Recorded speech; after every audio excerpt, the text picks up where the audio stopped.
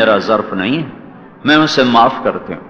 ان کے منہ سے نکلا معاف کرتی ہوں، علقمہ کی زبان سے نکلا لا الہ الا اللہ، اور ساتھ ہی جان نکل گئی۔ پھر آپ نے ان کا جنازہ خود پڑھایا۔ پھر اس کے بعد جنازے سے واپسی پر آپ نے فرمایا، سنو، جس نے ماں باپ کو دکھ دیا اس پہ اللہ کی لعنت، اس پہ فرشتوں کی لعنت، اس پہ زمین آسمان کی لعنت، اس کی نماز قبول نہیں، اس کا روزہ قبول نہیں، اس کا صدقہ قبول نہیں ہے۔ یہ منفی پہلو بتایا۔ مثبت پہلو، ہمارے نبی جنت میں تشریف لے گئے تو آپ نے قرآن کی تلاوت سنی، آواز آ رہی سوری جنت، تو آپ نے کہا یہ کون تلاوت کر رہا ہے، کس کی آواز ہے؟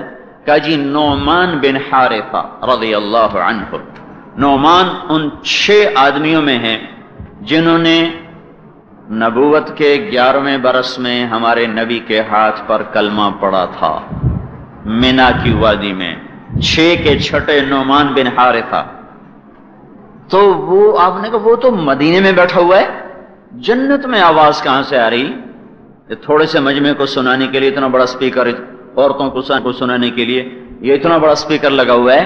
نعمان کے پاس کون سا سپیکر ہے کہ وہ مدینے میں قرآن کھول کے پڑھتا ہے، 7 آسمان کو چیرتی ہوئی آواز ساری جنت میں گونجنے لگ جاتی؟ تو فرشتوں نے کہا جی ماں کے فرما بردار ہیں، اس صلے میں ان کی تلاوت ساری جنت میں گونجتی ہے۔ وہ ماں کے کیسے فرما بردار تھے؟ وہ اپنی ماں کے کپڑے خود دھوتے تھے، بیوی سے نہیں دھلواتے تھے۔ ہم اپنی بیویوں سے کہتے ہیں میری ماں کی خدمت کر، میں فارغ نہیں تو کر، اس کے ذمے نہیں، جس کے ذمے وہ کہتا میں فارغ نہیں ہوں، جس کے ذمے نہیں اس کو رگیتا ہے کہ تو کر۔ یہ کیا کرتے تھے؟ ماں کے کپڑے خود دھوتے تھے، ماں کے لیے سالن خود بناتے تھے، آٹا گوندھ کے روٹی خود بناتے تھے، پھر نوالے بنا بنا کے ماں کو کھلاتے تھے، پھر اس کو تیل لگاتے، پھر کنگھی کرتے، پھر جوئیں نکالتے، پھر نوکر کی طرح کھڑے ہو کر اس کے حکم کو سنتے تعمیل کرتے۔ جب کوئی ماں حکم سناتی وہ سمجھ میں نہیں آیا تو دہراتے نہیں تھے، اماں کیا کہا مجھے سمجھ میں نہیں آیا، ذرا پھر سے باہر نکل کر بیوی کو باہر بلاتے، پھر اپنی بیگم سے پوچھتے میری ماں نے کیا کہا تھا مجھے سمجھ میں نہیں آیا۔ 2 صحابہ کے بارے میں آتا ہے سب سے زیادہ ماں کے فرما بردار، ایک عثمان رضی اللہ تعالیٰ عنہ اور ایک نعمان بن حارثہ رضی اللہ تعالی عنہ۔ عرب میں کٹھے کھانے کا دستور ہے، کٹھے، الگ الگ پلیٹوں میں نہیں، آج بھی کٹھے کھاتے ہیں۔ امام زین العابدین رضی اللہ عنہ اپنی ماں کے ساتھ بیٹھ کے کھانا نہیں کھاتے، اور ویسے ان کی ماں کی خدمت سارے مدینہ میں مشہور تھی۔ تو ایک دن کسی نے کہا آپ ماں کے ساتھ کھانا کیوں نہیں کھاتے؟ کہنے لگے مجھے ڈر لگتا ہے کوئی ایسی بوٹی نہ اٹھا لوں جو میری ماں کو پسند ہو اور میں کھا کر اللہ کا مجرم بن جاؤں، میں اس لیے ماں کے ساتھ روٹی نہیں کھاتا۔ موسیٰ علیہ السلام اللہ سے کہنے لگے یا اللہ میرا جنت کا ساتھی کون ہے؟ تو اللہ تعالیٰ نے فرمایا فاب، قصاب، قصائی، ہماری پنجاب میں قصائی، یہ گوشت کاٹنے والے بیچنے والے، کہ وہ تیرا ساتھی۔ موسیٰ علیہ السلام نے پوچھا کہاں؟ فلاں بازار، یہ نام، بڑے حیران کہ قصائی موسیٰ کلیم کا ساتھی۔ بازار گئے، ایک قصائی گوشت بیچ رہا ہے، کاٹ رہا ہے، اور قصائیوں کی طرح شام ڈھلی، گوشت کا ٹکڑا تھیلے میں ڈالا، کندھے پہ لٹکایا، گھر کو چلا۔ موسیٰ علیہ السلام ساتھ ہو لیے، جب وہ گھر میں جانے لگا میں آ جاؤں، اس نے پہچانا نہیں، کہا آ جاؤ۔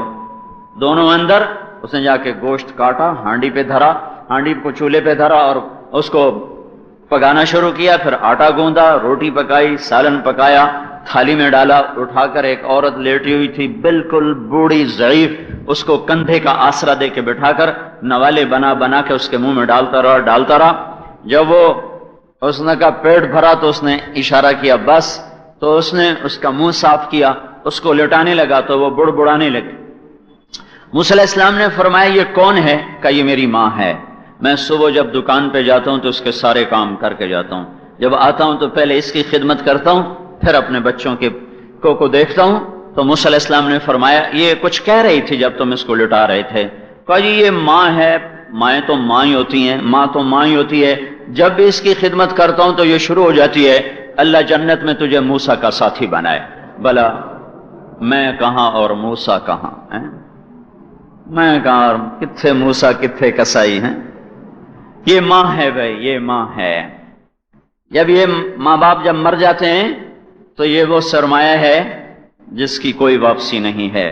مر تو سب نہیں جانا ہے، کوچ کا مقام ہے، کوئی نہیں ٹھہرا، ہر ایک کے لیے یہاں جانا ہی طے ہے، لاکھ برس رہے پھر بھی جانا ہے۔